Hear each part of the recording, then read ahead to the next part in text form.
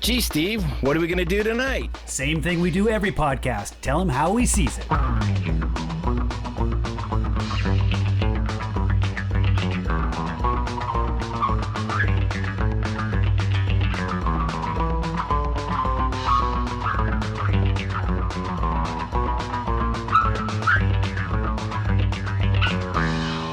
Get off the bus. They were trying to be inconspicuous. How many professional soccer teams you know that are fielding 50-year-old men? Hey, Rusty's not 50 years old. Yeah, dude, we know Rusty's not 50. You think I'm 50 years old? Let me ask you something. Let me ask you something. How old do you think I am? 48. I think I'm 48 years old. 52.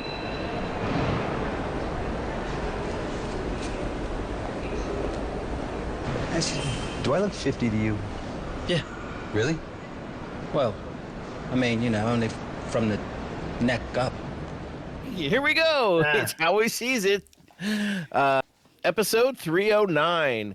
We're back to normal episodes. We're out of that spooky October Halloween a month that we really enjoy doing.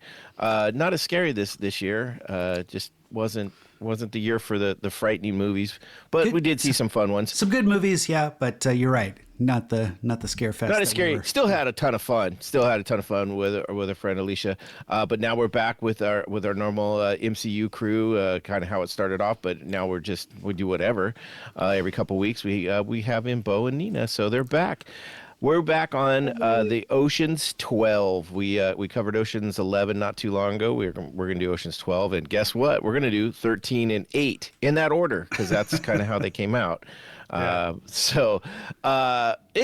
just fun. Just kind of take a group of movies and walk through them. So that's what we're doing tonight. Is we're doing Ocean's 12. And I think that's the way the story kind of went too. I think the story follows that path as well. Have you seen 8, Bo? I have.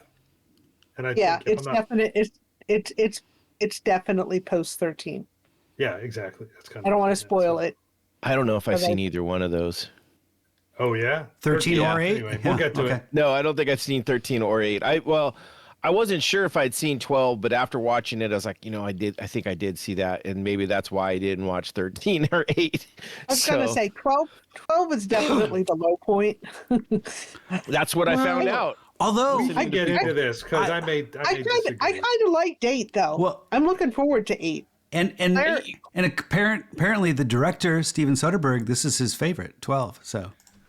Yeah, just throwing that out there. I don't trust those guys. They're gonna do that kind of bullshit. He's a damn good, interesting director. He makes a bunch of movies. So it's not a horrible movie, but when you compare it to the others, I'm curious why. Right? I will probably explore that. I'll get into why I think. I'm interested in what Bo says. Okay, we'll get into it. But to get into that, opinions. But to get into that, we got to get into our cocktails, right? Because before we discuss these things, we got to get liquored up, and that's what we do here on How We Sees It. Is we drink cocktails. Actually, we create cocktails, then we drink them to whatever it is we're doing. I almost went out and just got a 12-pack of beer because it just seemed like the right thing to do for this one, especially if I could have, if there was some ocean beer, I would have definitely got just an Ocean's 12-pack, but I didn't. I created something else. I'm going to go first because I really want to drink this. My wife took a sip and said she really liked it. I smelt it and I was like, oh, that is really good. So the things that I did enjoy about this movie were some of the banter, and one of the things that came off to me was just when they were talking about the names of the grifts they were trying to do and stuff. And the one that stuck with me was, we're going to do a looky-loo with a bundle of joy. So I was like, I got to do something with that. Like, that just to me sounded funny, and I was like, I could do that. And I wanted to do a 2-part drink anyways. After I thought of the name, I'm like, I'll make it a 2-parter. So for the looky-loo, I was looking around and I found something that was actually called the Italian Job.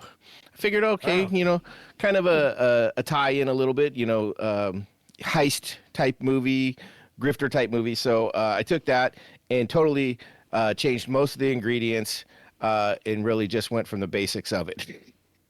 I went with 2 ounces of a ice blue or blue ice huckleberry vodka, which I really like. I've made a couple different drinks with that one. It's just a really smooth, flavorful, fun vodka, ounce of Aperol, ounce of the Rosa vermouth, right? Then I threw in half ounce of a charred grapefruit tonic, and then a half ounce of a blood orange bitters into a shaker with ice, shook it up, poured it over ice into a Collins glass, then topped that with a Sicilian sparkling lemonade. And that is my Looky Loo. Doesn't really mean anything. The name was there, and I wanted to create a drink for it. There was no real ties to it other than it started off as an Italian job and worked around its way with stuff I had in my bar, and I really thought would go well together. So, and then to do the bundle of joy, I was like, what? I need something small that was just easy to drink, would just be a really nice something, you could shoot really quick. And so I looked down, and I have a pineapple whiskey, and I'm like, okay, 1 ounce pineapple whiskey, 1 ounce pineapple, little bundle of joy. For me, I love pineapple, so it is a little bundle of joy. So that's my Looky Loo and a bundle of joy. Nice. Now I'm gonna drink those. I think you go with Looky Loo, then chase it with the bundle of joy. Okay. That's about right. So he had the Looky Loo. That's really good too. Here comes the bundle of joy. Oh, that's really good too.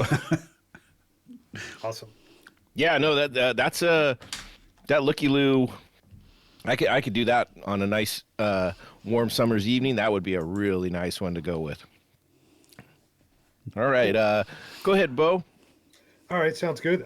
So I made a cocktail. I hope I didn't take anybody's name. I haven't sent mine out yet. I'm sure you guys have. I'll send it after the podcast. But I did a cocktail called the Night Fox. I did a play on a cocktail called the Silver Fox, which is kind of a classic cocktail. It comes up on a lot of lists. I don't know what era it's from, but it is a classic kind of cocktail. But it is 1.5 ounces of gin, 3/4 of an ounce of lemon juice, half an ounce of orgeat syrup, which is what you put in a traditional Mai Tai. And it had orange liqueur, like it had triple sec or Cointreau or something like that. For the night part of it, I switched it up and I went with Fernet to give it a slightly darker color, for the Night Fox instead of the Silver Fox. And then also it gets the white of one Fabergé egg gets cracked into there. And shake it dry, put it on ice, shake it together, and pour it just over ice. It is delicious. Kelly actually liked it. It's really good. The Fernet's just very understated. So nice. It's a pretty nice cocktail. I think I could see myself drinking these, on and off here, especially when the warm weather comes back around, kind of a thing. And then for my beers, I went with two, and you'll notice I grabbed, after I tell you this, you'll look at the picture and be like, you got the wrong one. They're basically the same beer. So in 2004, when this movie was filmed, and I think it was released actually in 2004 as well, it's definitely filmed around that time. Heineken was the official beer of the Arsenal, the football team. So, so Arsenal is the bag that, what's his name? The grease man gets stuck into when he gets sent. It's an Arsenal soccer team bag. So that was the beer in 2004. The current official beer of Arsenal is Asahi, which is, I don't know if they picked a Japanese beer out of pure insensitivity, out of an inside joke, out of some kind of social ignorance or whatever. But I just found it kind of funny that the beer is an Asian beer, and they had the one Asian guy stuck into a bag and shipped over in an Arsenal bag. I don't know. I was kind of like, I found it kind of interesting. You're reading into it quite a bit. That's good. I'm reading into it a little more. So I have two beers in the picture. You actually will see I got a Sapporo because they were next to each other on the shelf, and I grabbed the wrong one. So cans look very similar. The beer stays virtually identical. Anytime I've gotten sushi and I get if you go in and you ask for a Sapporo, they'll say, will you take Asahi? Or if you ask for an Asahi, they'll ask for a Sapporo. So anyway, it's like, can I get a Pepsi? How about Coke? Yeah, exactly.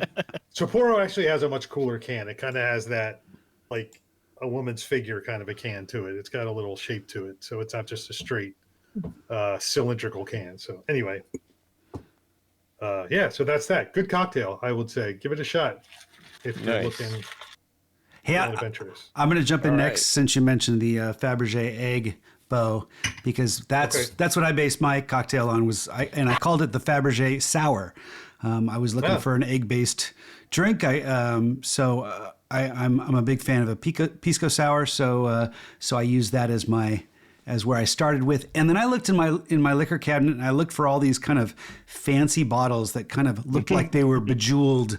And I found, I've got I found the St-Germain, the elderflower liqueur, and the Italicus, which is something that I haven't used in years. I think I bought it for one cocktail and it's been sitting in the back of it, but I thought, man, that's perfect. It's Italicus Rosolio di Bergamotto.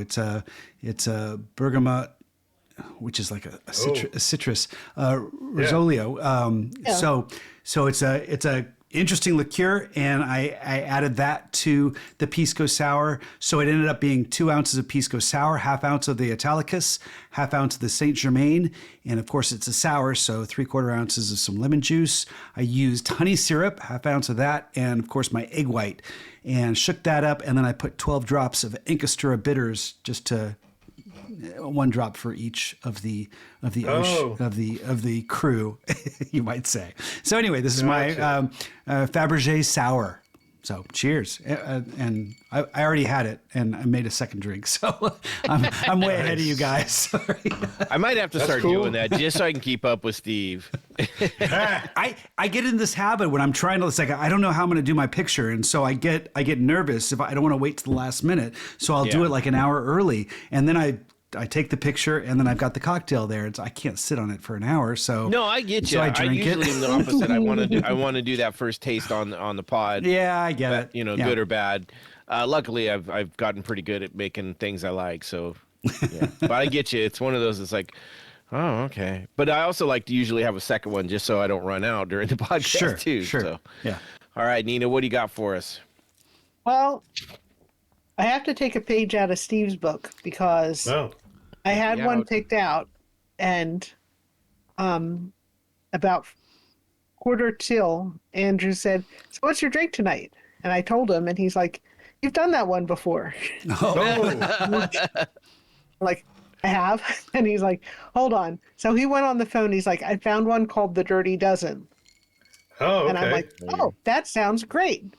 And then I looked, so I came out to the kitchen, I looked it up, and it's basically a really dirty martini, like really dirty. So it's like, which is fine. I actually used up the last of my gin. I need to get another bottle, but it's anyway, it's you just make a nice martini. You put a really healthy splash of olive brine in it, and then 3 or 4 olives. It looked like there were more than 3 or 4. You should have put 12 in there. I was just thinking that would have been perfect. That's a lot of fucking olives. To me, that sounds delicious. I totally would have gone for that, like a 12 olive martini. Yeah, there you go. I don't know. It's more like an olive brine with a splash of like some gin. martini, right? Exactly. Yeah. So anyway, and I like myself a good dirty martini. So bottoms up. Nice. No, that sounds delicious. Actually, that really makes good. me want one. I can't drink regular martinis; they're just too much for me. But if you make a super dirty one like that, I think I could. Because I'm the guy. Whenever we have olives for whatever, I'll drink half the juice and then pour out the rest before don't put. Oh man, the thing is, I love olives like in salads and stuff. Yeah. Like there's an Italian place near us that makes a really nice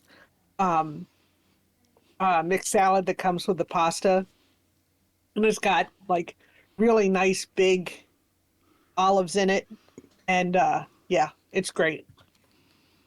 So anyway, my daughter's wedding, they had a charcuterie board table thing. They had some of the biggest freaking olives I had ever seen. I swear to God, they were like golf ball size. Was in heaven. Like they were 2-bite olives. Oh yeah, This is good shit.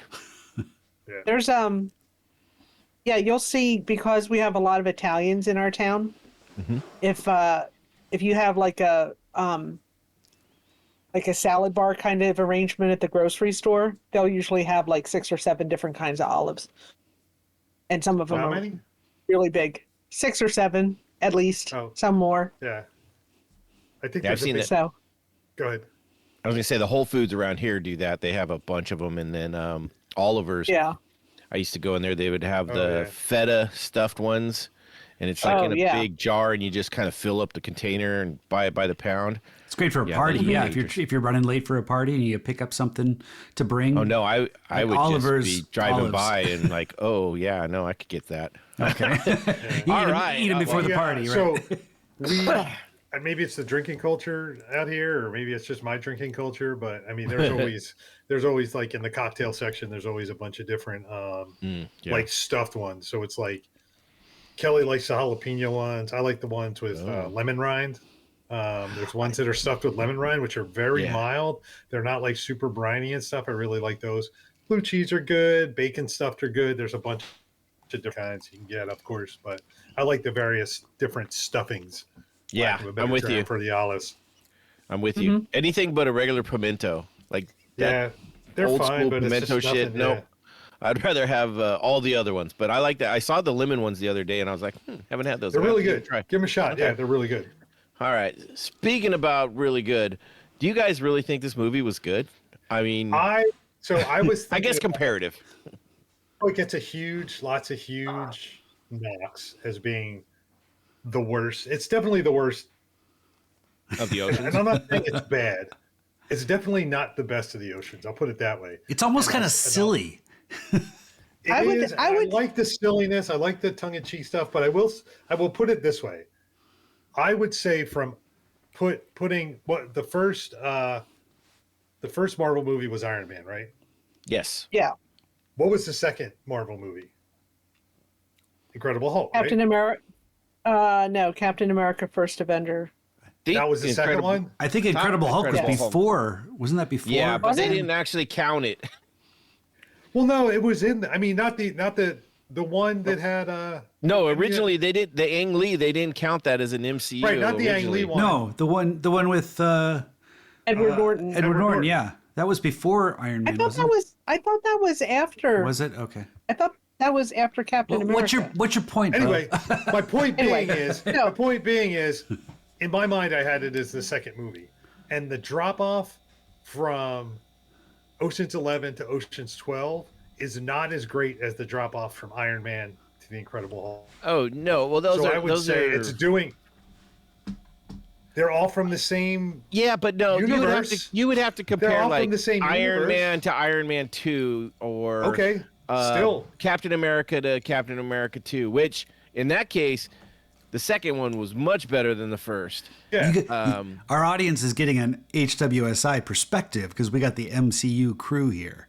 Yes. I mean, so I'll say it was funny. I liked it. I enjoyed it.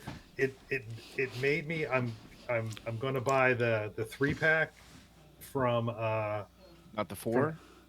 Well, it doesn't come as a 4-pack. It just comes. Oh. They got the dudes pack, I guess, or It's whatever. the dudes pack. And so the dudes pack comes as a 3-pack, and I was thinking I'll probably I'll probably buy that because I like all 3 of them, and I will probably watch this one again. I get you. I to me was let down because I thought the first one, what was so clever about it was the heist that they actually did and how everything was revolved around it. This one, it seemed more like they were just trying to film these guys together, and then they came up with this shit after the fact, and like, oh well, how do we make this a heist? Like, and it wasn't even as clever. It was more. No, it wasn't. It didn't impress me. And the villain, the Night Fox, just didn't do anything for me. His little dance move in the lasers was literally annoying. I was like, he got hit so many fucking times. I thought it was hilarious, but because it was just like so ridiculous and eye rolling that I liked that. That was a highlight of the movie for me. Was really okay. It was a low light for me. Well, I think we're on the same wavelength though, because I liked it because of just how ridiculous it was. So I mean, I'm appreciating, and I think that was probably the intention of it too. But so I'm not trying to say that made this movie really, that was a highlight, as in it was really incredible to watch. It was just silly and laughable, and it was great to see him get owned at the end.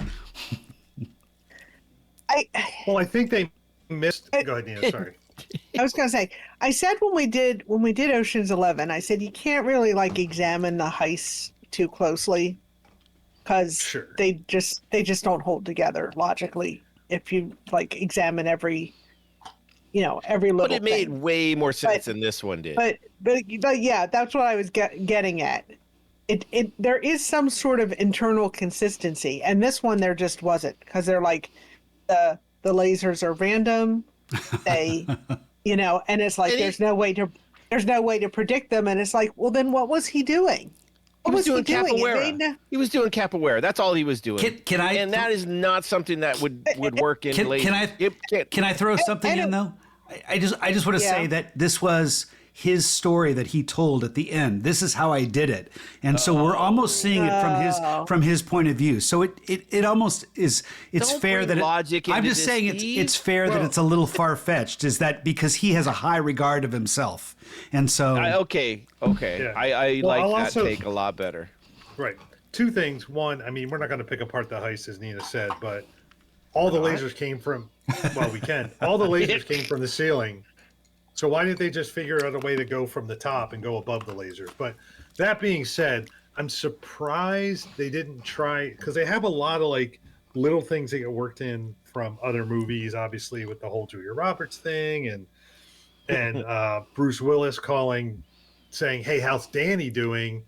No, not unless you know Julia Roberts. Her real husband's name is Daniel, but he probably goes by Danny to his friends. So she's, saying Danny, she thinks it's, Danny Ocean. It's really Danny, somebody else is Julia Roberts' real husband. But how did they not work an entrapment thing into this?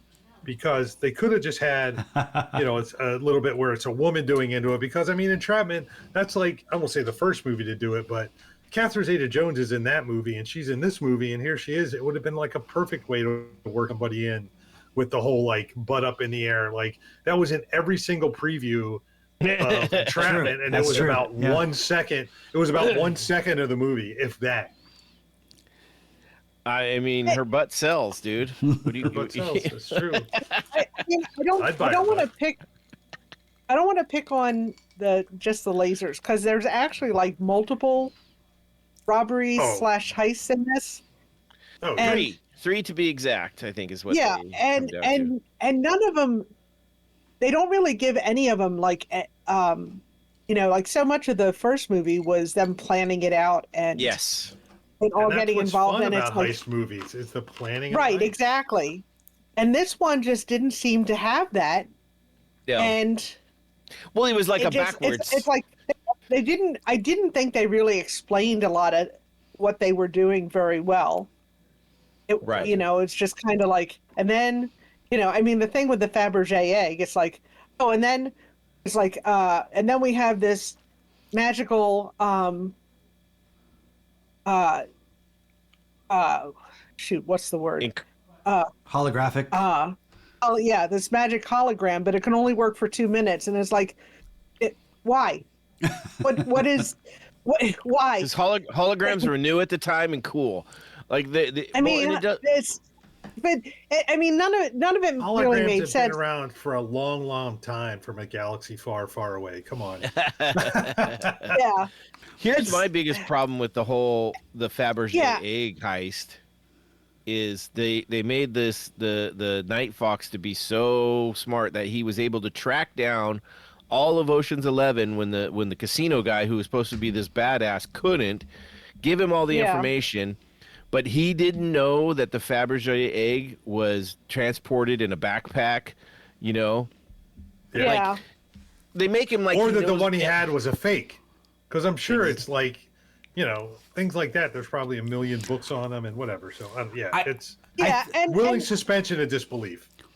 And the thing is, it's like, and Rusty will just pop up and he'll say, well, we know this and we know this. And it's like, where are you getting this information? Right. It's, it's, well, how boring would it be to watch and research this stuff? Well, they kind of, the one thing about Ocean's 11 is they showed that they had like this whole network. Like, he went to the strip club and he's talking to the stripper and he's like, say hi to your mom for me. And it's like, they have a whole, and they have the thug guy who was in the casino who was in the room with Danny and he comes back. But it's like, how do they know people all over the world, and who are these people? But they don't ever talk about it. And I don't know. And then there's these scenes that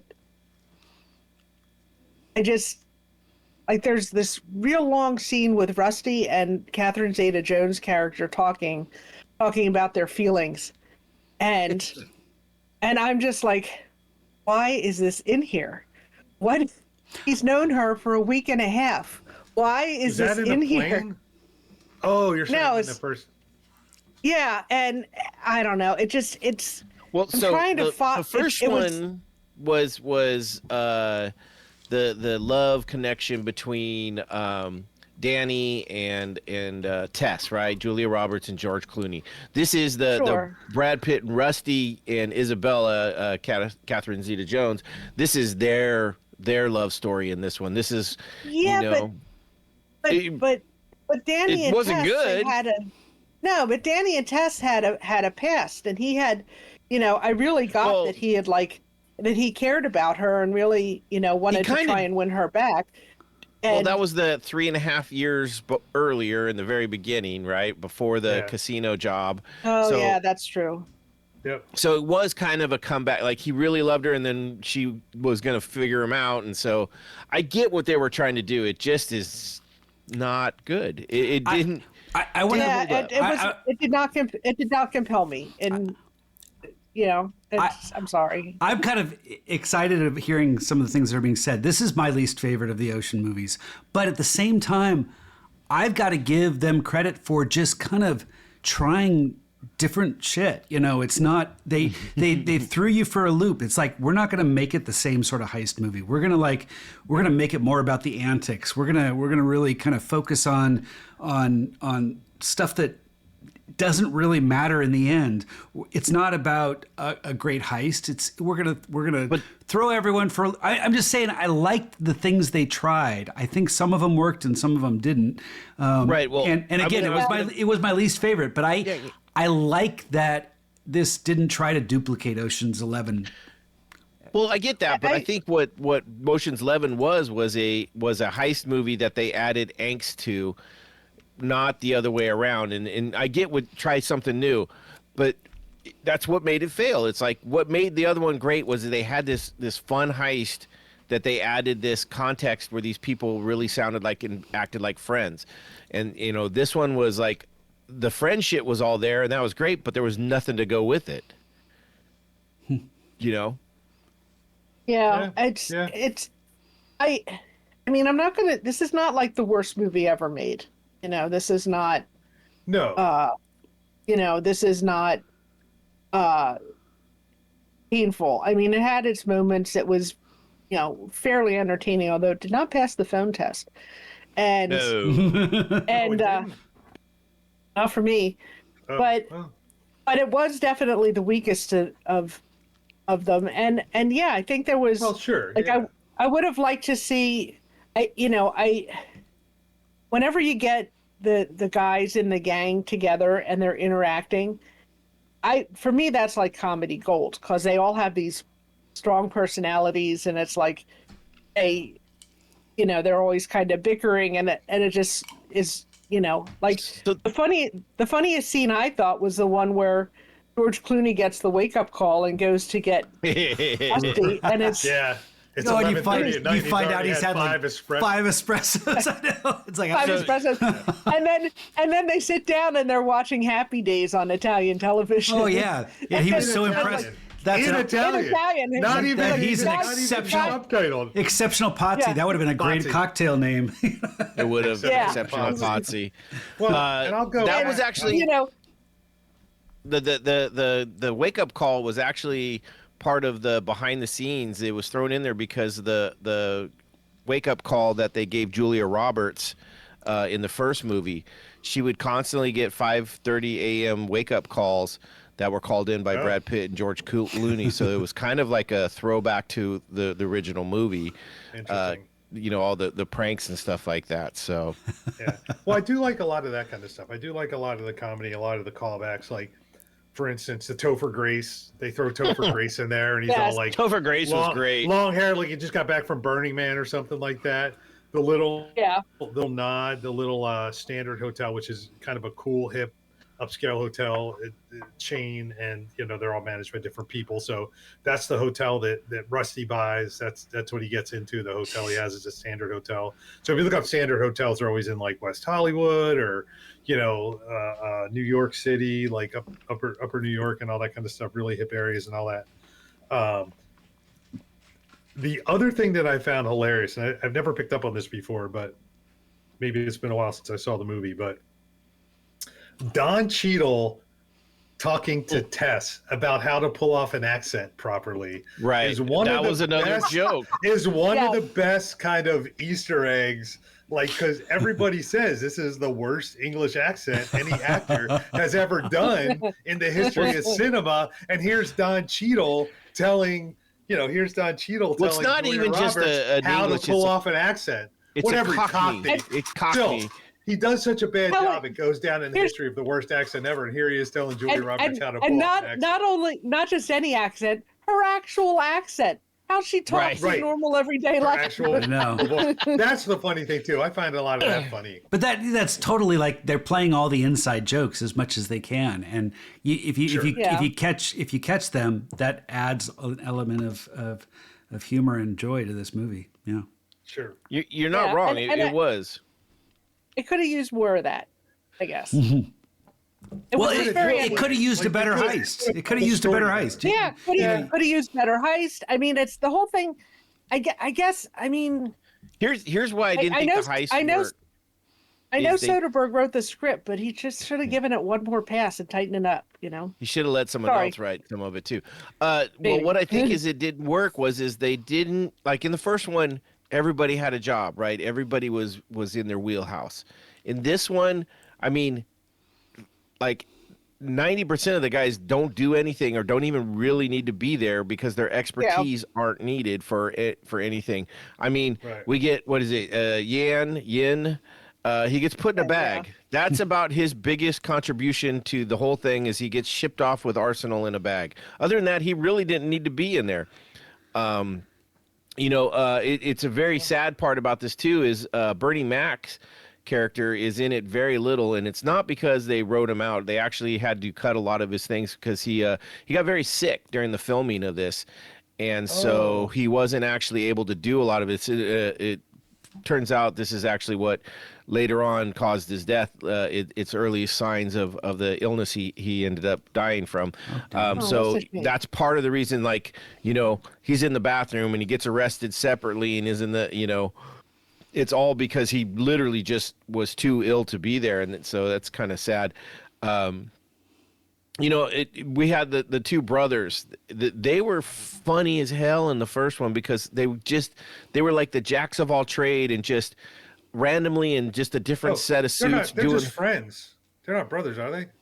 I'm pretty sure they're brothers. Yeah, I think they're even twins. Virgil Mallory and Turk Mallory. Oh, those guys. Sorry. Casey Affleck and Scott Conn. Those two. Yeah. No, I don't think so at all. Yes. Virgil and Turk Malloy. Malloy. Turk and Virgil Malloy. They're brothers. So then why is his brother not sitting closer to him at the That's because of the way. That's the joke. He's offering him $1 million to not talk for a month. They fight constantly. That's the whole point. That was the he put him at the end of the table, like putting him at the kids' table, and doesn't even thank him. That's they're the brothers that hate each. I never knew they were it's sibling brothers. I rivalry. thought they were friends. Yeah. Yeah. I never knew they were brothers because they don't look a thing alike to me. That's part of the joke too. Well, yeah, but I also will say, why didn't they put Casey Affleck or Matt Damon with the Boston hat on the train instead of James Caan's son? Because they were both in a movie about Boston, and here they are. They're both from Boston, and they're both from Boston for that matter. Yes. Well, I think it was what? Why can't I think of it? Not Affleck. Casey Affleck was the one who wore it. No, Caan wore it, but Caan wore it. Why can't I think of his name? Linus. Yeah. Matt Damon. Matt Damon. He's the quick thief, so he's the one that has to handle the backpack. Well, that's fine. I get that, but why couldn't the Casey Affleck have done it? I don't know. The He's director actually decided from not Boston because he's a dumbass, I guess. I don't know. Well, who knows? But it was that actually was a funny scene. But there, I think the failure of the cleverness of the they did the heist of the Incluse to steal the first bonds, right? The first bond note or whatever. Which I also was thinking, like, how the fuck are you gonna sell that? You're gonna get nothing for that because everybody's gonna know where it came from. Yeah, that's why like art heists are heists are usually not very lucrative because who are you going to sell it to? Well, there's more than that one though. The thing about it was the first one. That was the whole point. It was the very first one ever issued. That's what made it special. It was the first bond ever issued on Earth. It was like when bonds were invented, this one was issued. Number one. But what my thought is the money they were supposed to make from this would have never covered the cost of them going underground and jacking this house up by like 6 inches so they could shoot a crossbow bolt down into it to have their little, touch screen thing land on top of it so they could do the numbers. It was like, really, you're going to spend how much millions? And not only this, the timeline.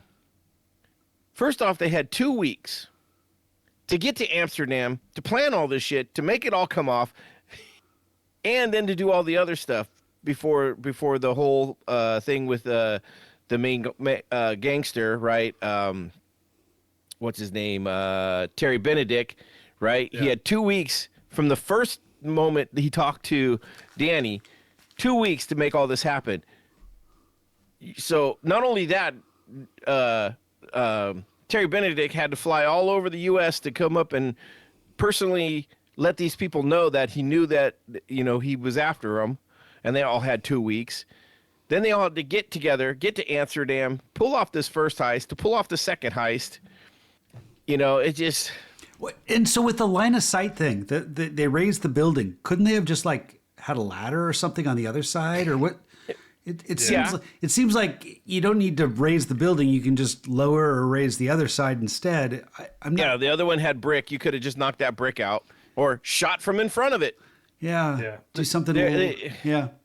And you're right. It's like, how did they pay for this? I mean, that was actually a subplot in Ocean's 11, is that they needed to get Carl Reiner and Elliot Gould involved because they could bankroll. Well, they had millions of dollars. They had They were able to. The amount that they were going to make from that, they had the money to do it, but the amount that they were going to make back was less than they were spent on doing it. I thought they worked that into the script. I think they talked about how much they spent. We're spending more money than. I mean, I think they mentioned that, so they realized that was a flaw in their plan, but it was a little late. but they did acknowledge it. I mean, they tried to give us a little heist, and it was a weird one. It didn't pay off as well as they thought they, It did get the Isabel character into it, which I thought she was interesting. To me, she played a great kind of straight person with all this kind of chasing them around and kind of knowing everything that was going on. I actually enjoyed that part of it a little bit more. Like them having to outrun the cops a little. Like Yeah. everything they were doing was going wrong. That part kind of worked for me a little bit. I thought that was really good. I didn't like how in the end though, like it was almost like, oh no, we knew it was all going wrong, but we wanted it to be that way. When Linus's mom shows up, that was the bullshittiest bullshit of all. You thought so? I love that. I thought that was great. She's just gonna be able to infiltrate what was it, Interpol? That's like, the she's whole just gonna point. She's a better criminal than all of them because she can do that. Well, she was able to call Isabella out on what she had done. You know, she had faked the signature, so immediately she had Isabella on a disadvantage. You know, and was able to dismiss her and establish her own credibility. I liked that too. But again, it was part of the fun of the movie. I absolutely agree. There were holes all over the place, but I almost think that Soderbergh was like, fuck it, there's holes. I don't care. I want to have a fun movie. I don't know if it necessarily is the right way to do a movie, but it should be a Swiss movie. It had so many holes. I wouldn't mind the holes. They shot in Switzerland a little bit, didn't they? Probably. I mean, I wouldn't mind the holes. I wouldn't mind like hand waving away stuff on the heist if the heists were entertaining. But I didn't find them particularly entertaining. It wasn't that entertaining. Hey, speaking of heists, it's kind of coincidental that we're covering a heist movie when we just had, less than a month ago or about a month ago, wasn't there? A real heist. There was the crown jewels were stolen from the Louvre, right? Anybody have any good gossip about that? I guess I didn't even know that happened. I'll tell you what crazy. Oh yeah. I'll tell you what I heard today. Okay. During the investigation. During the investigation, they found out that the password for the security system at the Louvre was Louvre. Ah, fuck! No. That's awesome. Yes. So speaking of codes, I had to look. Speaking of codes, I had to look this up. At the end, if you recall, when Danny and Tess are at the Night Fox's house, and they're telling him where he can find his paintings, and he goes, they're in the storage locker, blah blah blah, and the code is, and he goes 2311, and the Night Fox goes 646. I know. And then they walk away, and I'm trying to figure out how they know it. I obviously missed it earlier on. That's the Night Fox's. That's his code for his personal security, like his personal security storage at his house. So he has his own personal security thing, and that's his code. So they even knew what his code was, so they could make that the code for where his paintings were after they stole them, which I thought was pretty clever. That is. Holy crap! You're right. Are you looking at the Louvre heist? Yeah, I did. It was like a 6-minute heist in the middle of the day. Their security was underfunded recently because of some of this. It was essentially they put a ladder up to a window. It was just. I know. It says five more people were arrested recently, and it was worth $1.2 million. Yeah, I don't know if they've recovered. Have they recovered the crown jewels or not? What? I haven't heard that. It's not showing too deep into it, but okay. They at least found some people to charge with it. So right, but whether they're the real people or maybe they're patsies, who knows? Did you see the picture of the detective they had working on it? I heard that the person in charge of security was getting a lot of flack because. Well, she was getting a lot of flack because she was a woman. I think that was a lot of the memes were saying, yeah, put a woman in charge of security, and here's what you get. Her password was Louvre. I mean, I'm not going to defend that. Okay.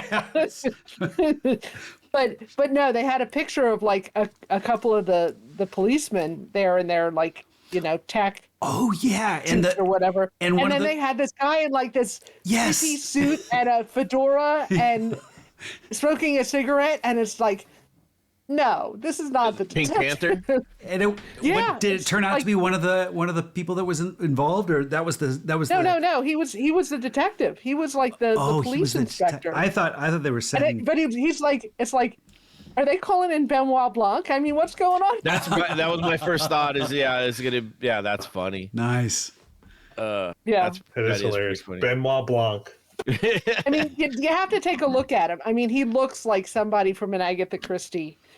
That's hilarious. Yeah, speaking of Benoit Blanc, we have another Knives Out movie coming out in a month or so. So looking forward to it. Me too. Can't wait. Absolutely can't wait.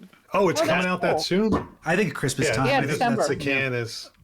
Oh, nice. Yeah, the big ass Sapporo. Sapporo. Yeah, that's the They're wrong not. can. They're not really. They got a little. Yeah, I know it's the wrong can, but you get the point. It was adjacent. It was can adjacent.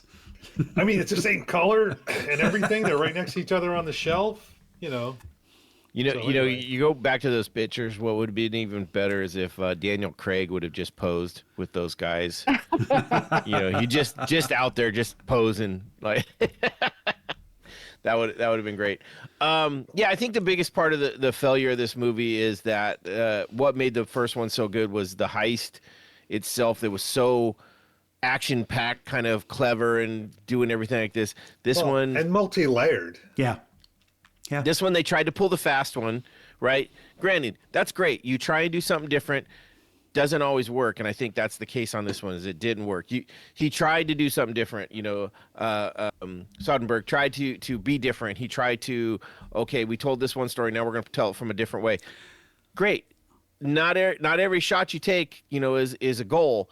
Granted, every shot you don't take misses. So I like your point. I like your point about how the supporting cast was kind of underutilized. In the first one, they all had a role. Where in this one, the reason they were there is because they were part of the first movie and they owed money. And so they were there, and it seemed a lot of their contribution to the film was a little bit forced, and it didn't.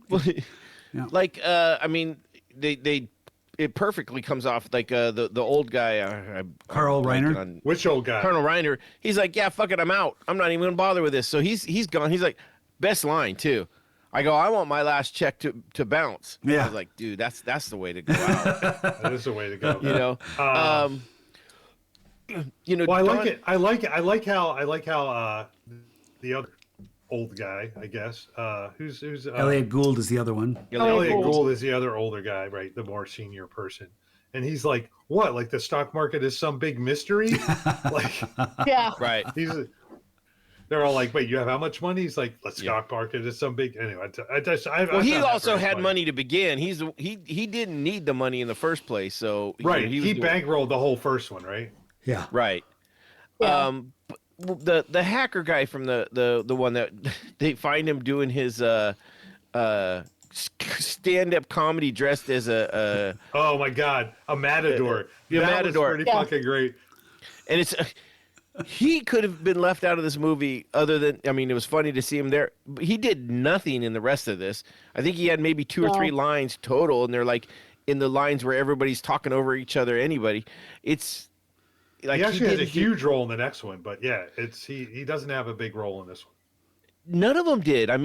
Realistically, Matt Damon and Brad Pitt and George Clooney probably have the biggest. Actually, Julia Roberts has probably a bigger part. Bruce Willis has a bigger role than some of the people that are the you're right. Yes. apparent main characters. Yeah, well, he has more lines in a lot of them. Yeah. But yeah, it's weird. It's like, well, I think that's good news for you, Noah, in that the third movie, Ocean's 13, is more like the first movie. So that's good. I still think the first movie is a classic. The pinnacle. I think it is it is a movie worthy of studying. But 13 is solid, or at least it goes back kind of towards to those roots. It tries to establish a legitimate heist and play with that. And although we get only the guys returning, we don't get Catherine Zeta-Jones or Julia Roberts don't come back for. Interesting. Like, yeah, that's strange. I didn't remember. That's too bad. That. I knew thought Catherine Zeta-Jones wasn't in it, but I forgot Julia Roberts wasn't in it. I thought Julia Roberts was great in this, and I guess they kind of had to rewrite the ending because when they contacted her for doing all this, the main part of the shooting that she was going to be involved with, she was very pregnant. Pregnant with twins, that's right. Yeah, and so it's very interesting that, you know, like you can see it when you go back, and if you know after the fact and go back and watch, you can see the scenes where they're hiding her behind paint cans and they're hiding her behind this and that, and it's like, oh, pulling the pillow out as she's sitting down. Very good. And she had some great scenes. I think I like I said, I think she's a bigger part of this than probably 90% of the rest of the group. Matt Damon is the one that stands out the most to me, though. He has some of the best parts of this. Like the Lost in Translation scene is you're looking at it, you're like, what the fuck is going on? And then when you realize what it is, you're like, that's actually hilarious. Wait, which scene is that? Because I'm only with Hagrid when he's in the bar. When they're in the bar and they're doing like I didn't know that was. I didn't think of the Lost in Translation scene, but yeah, okay. Well, that's what they call it when he talks. He's like, I can't remember. Oh, I think he's talking to Julia Roberts, and she goes, "Oh, you got the Lost in Translation." He's like, "Oh, no, that was his mom." He was talking to his mom then. Oh, is his mom? Yeah. Well, who was that guy? That guy's in something. Hagrid. He's in everything. He's Hagrid? No, he's somebody else. He's something. Yeah. Robbie Coltrane. No, that was him. No, but I'm thinking of him from something. He was in looks like himself, not like Hagrid. Sorry. He was in the movie that we did for the Oscars not too long ago. Right? The Banshees of Inisherin? No, is he in that? No, that's you're thinking of Mad Eye Moody. Oh, okay. Yeah. If we're talking Harry Potter. Yeah. Yeah.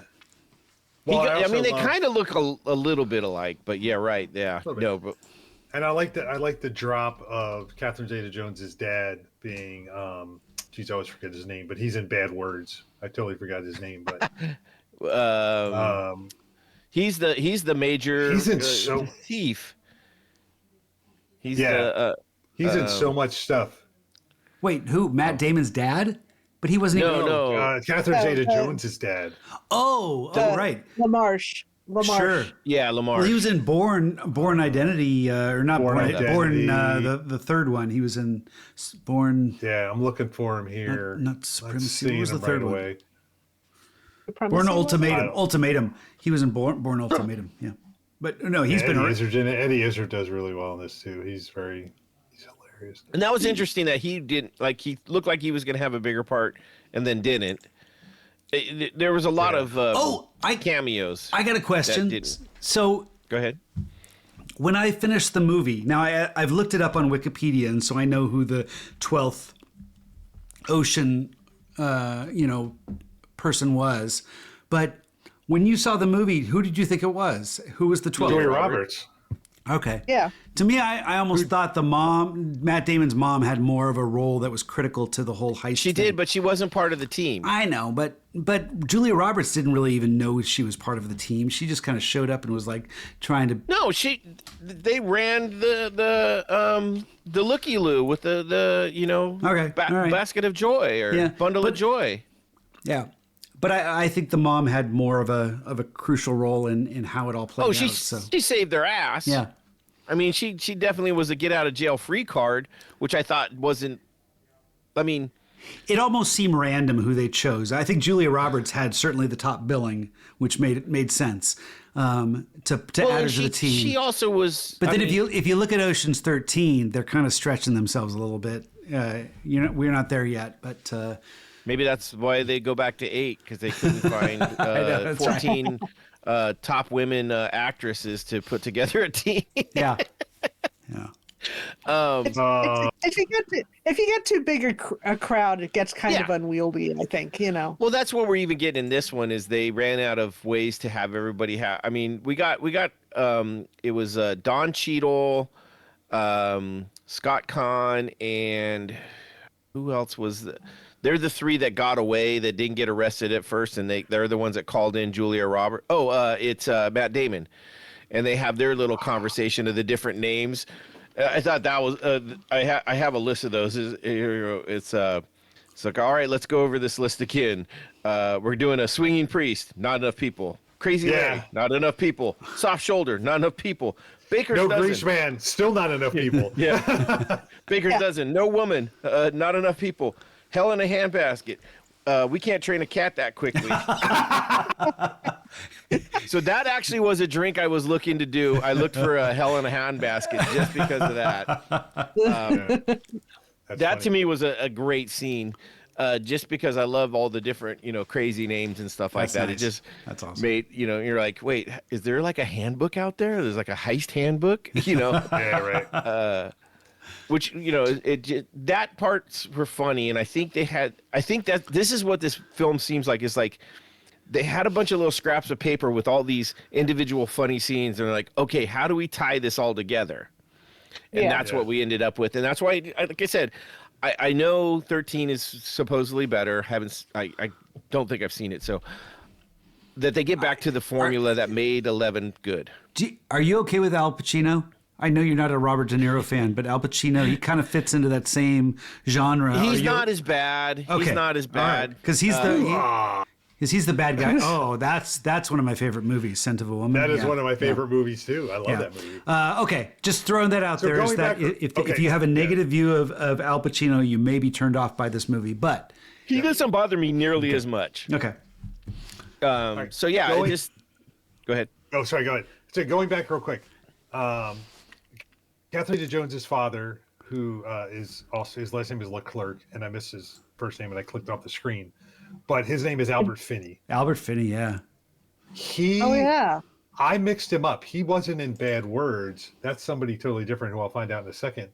But he was in Bourne Ultimatum and Bourne Legacy. But he was also Aaron Brockovich's boss. Oh, right. That's right. That's what I was mixing him up with that, but that was a classic movie. Oh man, which is a classic, and they're so good together. We talked about Agatha Christie earlier. He was Hercule Poirot in Murder on the Orient Express, wasn't he? I think. Yes, he was. Yes, he was. Yeah, 100%. Miller's Crossing, a Coen Brothers movie. Man, he's done some great stuff. He's been in a ton. Wasn't he Scrooge in Scrooge? Yes, he was in Scrooge. Yes, he was Scrooge in Scrooge too. The musical one. I was thinking of Philip Baker Hall. I was mixing up with Philip Baker Hall, who's in Bad Words, who's been in a ton of things too. Another great movie. Yeah, Philip Baker Hall's been in so many things. His top 4 movies are Magnolia, Hard 8, which is great. He's also in Rush Hour is one of his top ones, and he's in Boogie Nights too. Yeah, he's in a ton of.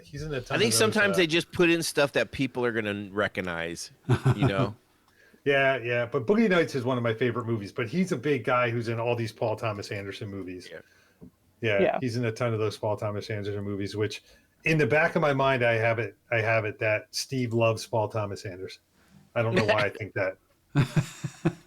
I just realized when I was looking at some of this what the real problem with this movie was, and the fact is that they had so many other people outside of the 12 that got so much screen time that they didn't have enough time for the 12, right? We had, Zeta-Jones. We had the Night Fox that had all the scenes with all these other, and all that going on. Just them investigating and coming up with the stuff that we didn't get any of the heist stuff from the guys, and them planning and doing the stuff and things going wrong and them having to think through stuff. I think that's what really ruined this, because that's what was great in the first one. And I know he tried something new, but sometimes if it ain't broke, don't fix it. Yeah, I give him credit for trying, and but I agree. It was the least of the 3. Yeah, I mean it was for sure. I'd like to see how it stands. I only saw 8 once. It'd be interesting to see how good 8. He didn't do 8. Well, Soderbergh didn't do 8, but right, but it's in the same. But I get what you're saying. So. That's true. That's a good point. I think I've told you guys, Claire loved that movie. Claire loved it. Yeah, you did mention that. I've probably seen it 20 times, and I think it's pretty solid. I saw it once. I didn't care for it, but I think like 12, I don't think I cared for it the first time. I enjoyed it more this time, and I'm hoping that I enjoy 8 more the second time, just because I know I don't have go in with expectations. I just was Did 8 come out the same year as the Ghostbusters? Pretty close. The all-woman Ghostbuster. Pretty close to that one, I think. While you're looking that up, I have a question for everybody. 2 years. Does anybody else but me think that there was even a slight correlation between the scene where you're first seeing every scene where they do a flashback with Catherine Zeta-Jones and Brad Pitt, right? Whether it's in the opening scene or whether it's when they cut back to the police chasing him and he looks at her and whatever. I love that little glance. Right, which is a great little glance too. Does anybody see the correlation between that and Mr. and Mrs. Smith and just how they kind of met in the beginning of that? Like I thought it was very close. Like I thought it was if you watch those side by side, you'd be like, yeah, they could be in either movie. When was Mr. and Mrs. Smith made? It's a great question. Give me a minute. Because it was Michael Douglas that they got married in like about 4 years before this movie, right? Mr. and Mrs. Smith was a year after, 2005. Okay. Yeah.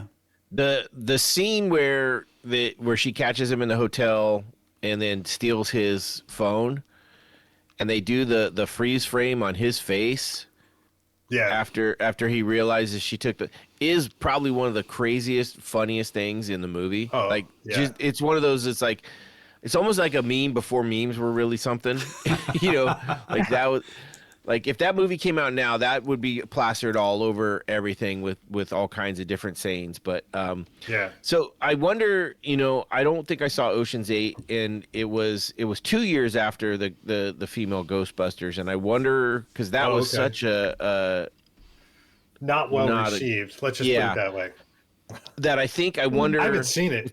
If people were like, "Oh, here we go, another remake," not necessarily a remake, but like, oh, we're gonna do it with all women now, and people were still that it was bad taste in their mouth. It was better than Ghostbusters, and it actually did make almost Ocean's 8 was Ocean's 8, and it was also made more than 4 times its budget. So it was a hit. It was a $300 million box office on a $70 million budget. So it oh wow, it was a success.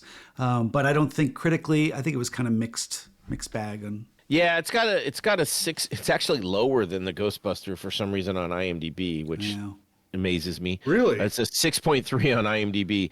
I actually am looking forward to this. You're saying Ocean's 8 is lower than Ghostbusters? Yeah. Okay. Yeah. Sandra Bullock is in that, and she is just one of those people that I always find just fascinating to watch. I think she's great. But what really makes me want to watch this is I was talking to one of my nieces, but when we decided to do the Oceans, and I was telling her about it, and they were saying, she was telling me how much she loved Ocean's 8 and how it was one of her actual favorite movies. I was like, oh shit. So when I do go to watch this, I actually am going to try and find a time to go watch it with her, just so I can get like her kind of take on it. Yeah, look at it through generational glasses, because I think that like Nina says, your daughter loves it so much. It's probably I'll talk to her about it. Yeah, yeah. She'll come on just for a few minutes. She doesn't have to stay for the whole thing, but she doesn't have to make a cocktail or anything. But she can just jump in and drop her 2 cents. I mean, she might be too young for a cocktail. Yeah, she's still in high school, so okay, so maybe not a cocktail. She can make some ridiculous fucking drink at Starbucks, like some kind of a frappuccino with like fucking whatever the kids do these days. Whatever. I'll tell you this: when Claire goes to the bowling alley with Andrew, they have a takeout window at the bar there, and she'll like go and get fries or whatever, and the one bartender there is an older lady. And she always makes her a Shirley Temple with like 6 maraschino cherries in it. Oh, wow. It's so cute. They're so sweet. I remember doing that as a kid, like going up to the bar with whatever and getting like a Shirley Temple or a Roy Rogers. Roy Rogers, yeah. Yeah. It's my stepfather's mother, so my step grandmother. At the time, she would. I don't think it was a bowling alley. I can't remember. It was something, but she would make, and she called them Sunrise Surprise, and it was like orange juice, 7-Up, and grenadine, and she'd drop a cherry in it, and it'd make this kind of, so it was like a sunrise kind of a deal. But. Yeah, but it was like a kid cocktail kind of thing. But she would always make those, and so that sounds good. I always felt special. The parents were all getting whatever their drinks, and she would make special stuff for the kids. So it was always really cool. That's fun. Nice. All right. Well, I think this movie was what it was. It's not high on the rewatchable. It's fun to watch, though. I would rewatch. I mean, like I said, I'm gonna buy him. I'll watch him again. That's by myself because Kelly will never watch it. But yeah, don't worry, Alyssa didn't even want to watch the first one. Not the first movie, but the first time I watched this one this week.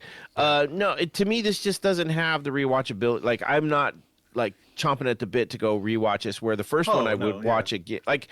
If you're flipping through the channels and you see a movie and you got to stop just to see where they're at and you watch 10 minutes of it, I'd flip through this and never even think about stopping. Yeah, I agree. Really would. I call this an airplane movie. It's what I think of it as. Like you're stuck in a tube and you got nothing else to do and sleeping. You just can't sleep. Yeah. Yeah. So you just pop this on or whatever. But yeah. Yeah. It is tough. It's tough when the first movie is, like I said, worth studying. Good. It's worth studying. It's got that much going for it. Yeah. All right. Well, 1 second. Here's hoping. One thing real quick. Sorry, before we get. I was just gonna say. Here's hoping Ocean's 13 is a better, more palatable. Meal, just more memorable, more this had pieces that were memorable, but not in an overall. There's no quotes from this movie that I ever say. There's nothing in this that I say to people at work. Well, now you got some cocktail names you could throw out though. Now you got I'm gonna start calling. Dad, did you? I'm gonna start calling stuff at work like the hell in a handbasket, or if they tell me we ain't got time to train a cat for that. Yeah, that's the fact that he's like, we don't have time to train a cat. That's a pretty good line. And I'm wondering if that was ad-libbed. I wonder. It's a good question. I have to say, I wonder if a lot of the stuff that Clooney and Brad Pitt talk about isn't like. I'm sure it is.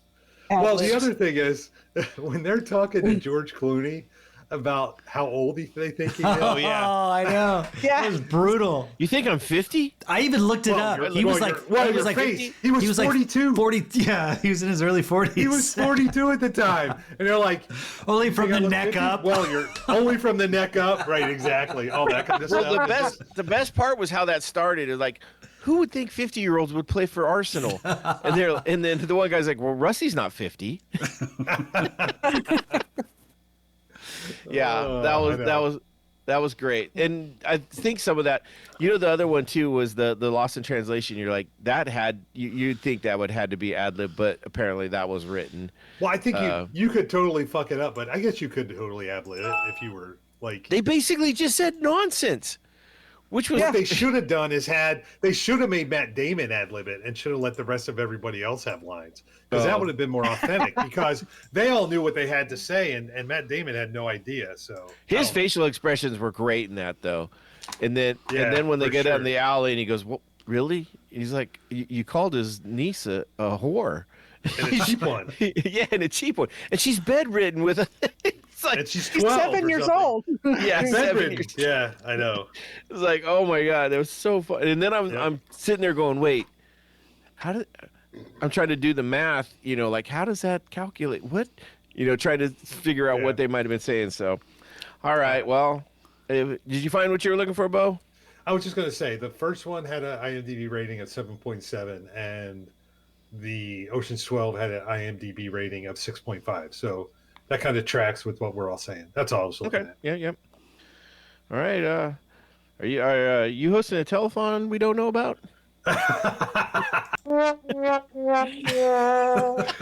Oh, Hail Caesars. What does that mean? I love you guys.